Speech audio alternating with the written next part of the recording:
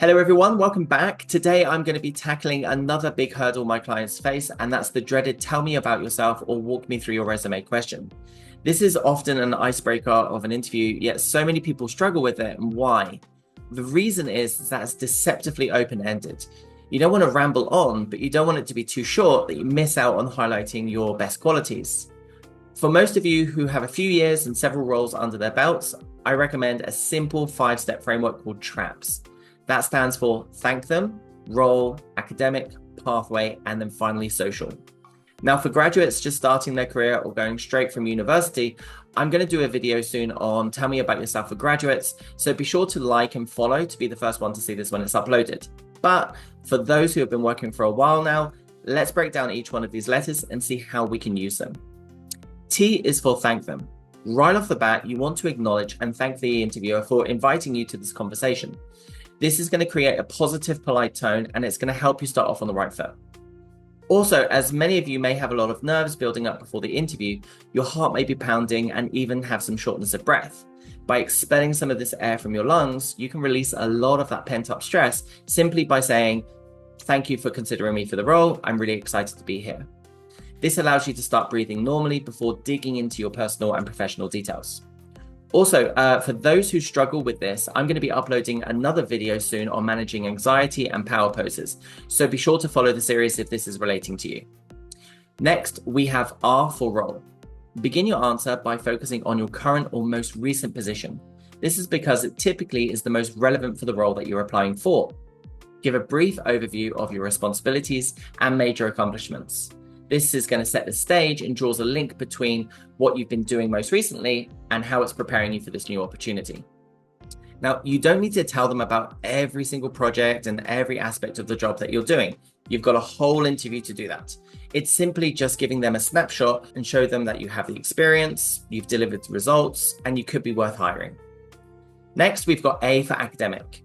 You want to talk about your academic background, but think of this as about a segue to the beginning of your career timeline. You don't want to spend too much time here unless your academic background's really highly specialized or directly relevant for the position that you're applying for. The point of this is to reset the timeline in this direction, to go from present to past, then back to present.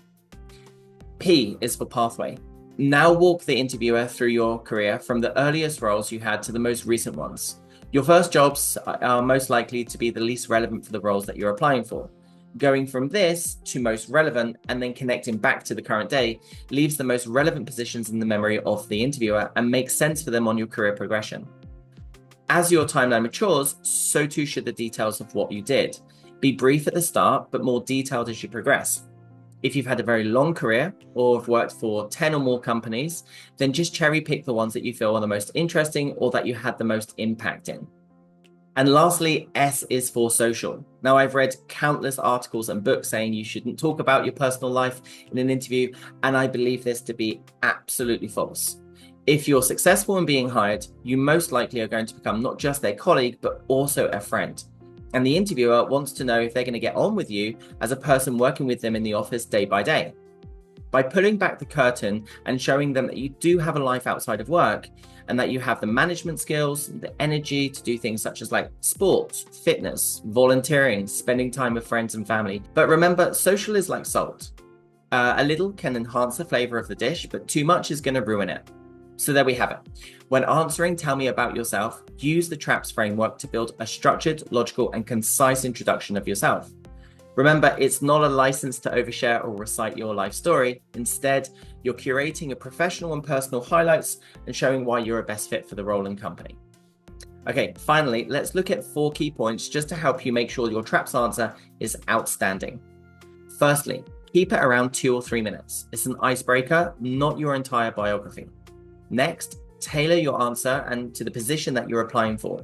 Emphasize the experiences or skills that align to the job description. Thirdly, be ready for follow-up questions.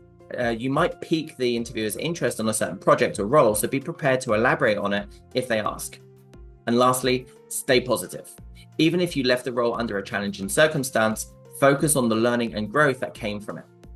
So there we have it. Next Monday, I'm going to be diving into another crucial aspect of interviewing, and that's activating your listening skills. I feel is an underrated interview superpower. You really don't want to miss this one. If you found this video useful, please hit like, leave a comment below, and share it so other people can strengthen their interviewing skills. And don't forget to follow to stay up with the series. Thanks for watching, and I'll see you next week.